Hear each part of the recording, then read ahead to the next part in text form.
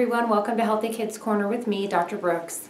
This week we're going to talk about something a lot of parents have asked questions about, read about, heard about, struggled with, and that is fluorination. It was 50 Reasons to Oppose Fluorination by Dr. Paul Connett. He's a professor of chemistry in New York, and I was reading through what I had read previously and read through it again this morning and thought, wow, I think these are some things that I could bring up on Healthy Kids Corner that perhaps you all can go download this abstract and read for yourself. I'm going to go through the things that I highlighted that were the most shocking or the things that I think I would want most of the parents to know. Now keep in mind, there are 50 things in here, so I'm only going to go through a few. So please feel free to, again, download it. I'll leave you the link and look at the rest of those things on your own.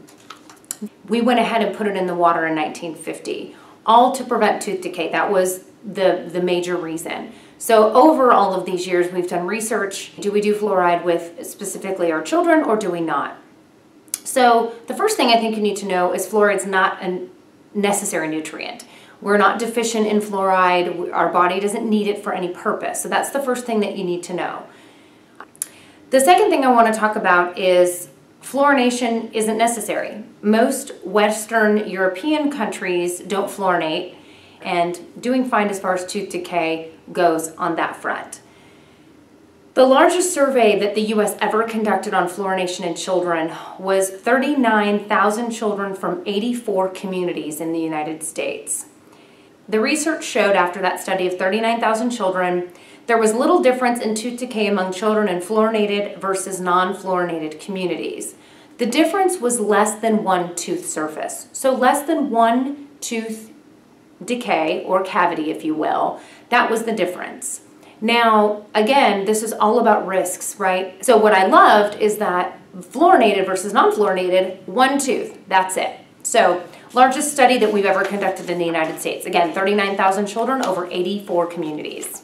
Fluorination in many other countries has been stopped because of the risks. Again, they weigh out the risk versus the reward, and they decided the risks aren't worth it.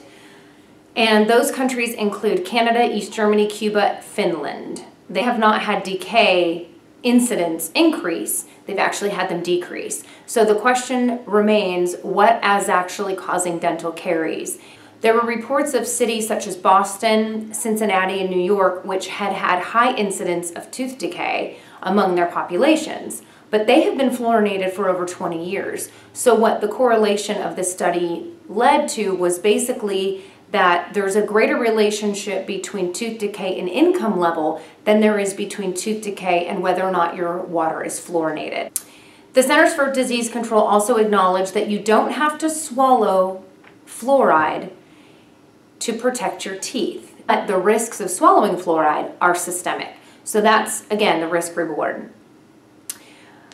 The FDA, despite doctors prescribing fluoride for over 50 years, the FDA has never approved it for ingestion. But with children, if it's in their toothpaste, a lot of the times they're swallowing some of that, right? They're actually ingesting. So those are the things you have to think about when they're younger and with fluoride. The level of fluoride, just so you know, just so you can get a grasp of how much we're talking about here, the level of fluoride put in water is 1 parts per million. But our water is up to 200 times higher. There's only risks, specifically for infants ingesting heightened levels of fluoride at such an early age with cognition and development, motor, you can read about that more. Fluoride is a cumulative poison. So it's not that you're going to drink it one time in your water or have fluoride, you've been using fluoride toothpaste for 10 days and you're like, oh my gosh, I didn't realize it had fluoride in it. I tell you the risks and I can tell you the benefits. And then you have to decide based on your family and your child what's best for you. But I want to make this one comment that it mentions on number 16 is fluoride interferes with enzymes where magnesium is an important cofactor, and fluoride can help facilitate the uptake, which means holding on to, of aluminum and lead in tissues where these metals would not otherwise go. Many, many children struggle with detoxification of metals. So what happens is, let's say that arsenic goes into the body of a person who detoxifies properly. Then it comes out of the body no problem. For those of us that do not detoxify well, what happens is it actually goes and it stores itself in your tissues. If you have a child, let's say with autism, they tend to be a little more sensitive to the inability to detox metals. That just adds to their already overloaded system. Test with your doctor to see if it's an issue.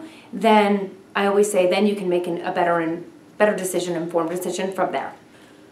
The National Cancer Data Institute, the NCI, revealed that men that ingest lots of fluoride over their lifetime actually have an increased risk of bone cancer, and they also have higher incidences of infertility. The significant types of tooth decay that are represented, or 85% of tooth decay experienced by children today, are pit and fissure tooth decay. So if fluoride doesn't help with pit and fissure tooth decay, why are we giving it to children to prevent tooth decay, right? My dentist actually tells me that xylitol helps quite a bit, and there's a lot of studies on xylitol in preventing tooth decay. Fluoride that we add to our water is not biologically active. It's not even a pharmaceutical grade fluoride. It's kind of a concoction of sorts, and specifically it says it is classified as a hazardous waste contaminated with various impurities, including fertilizers. So we go back to another heavy metal issue here. So if you're pulling your labs and you're seeing high arsenic, this may be something you want to try to take out of your daily use and see if you can improve your arsenic levels. Always something you'll want to discuss with your doctor or dentist. The question is, just how much doubt is needed on just one of the health concerns identified that we've talked about today to override the benefit, right? Always about risk reward. So when we look at the largest survey ever conducted in the United States, which we said was 39,000 children, among those, less than one tooth surface was prevented by using fluoride. This paper, this link, so you can download it and read it, discuss it with your dentist or your regular pediatrician or doctor that you see, and then go from there. It's always great to test to see what's going on with your child or yourself as a parent before you subject yourself to anything that could be potentially harmful. Most people probably do fine with it. I'm talking about that smaller population of children and adults that are very, very chemically sensitive. So again, thank you so much for joining me. If you'd like more information about our upcoming classes for both clinicians and parents, please visit our website at dramberbrooks.com. You can sign up there. You can also follow me on Facebook at Whole Child Wellness and on Twitter at WholeChild4U. Thanks for watching. I'll see you next week. Have a great one. Bye.